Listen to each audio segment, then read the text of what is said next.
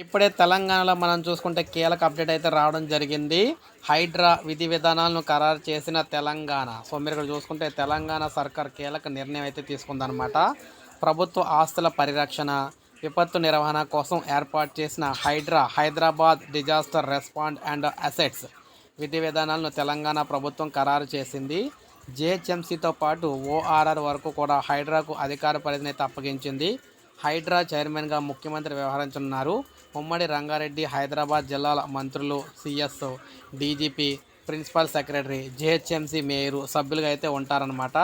So ఈ విధంగా ఇదంతా కూడా ప్రభుత్వానికి సంబంధించిన ఆస్తులు కావచ్చు, అదేవిధంగా ఏదైనా ప్రమాదం సంభవించినప్పుడు కావచ్చు, ఈ సంస్థ అంతా కూడా సో దగ్గరుండి జాగ్రత్తగా అయితే అన్నీ చూసుకుంటుందన్నమాట. సో ఇది మనకి ప్రజెంట్ లేటెస్ట్ అప్డేట్. కొత్త దీనికి విధి విధానాలు అయితే ఖరారు చేశారు.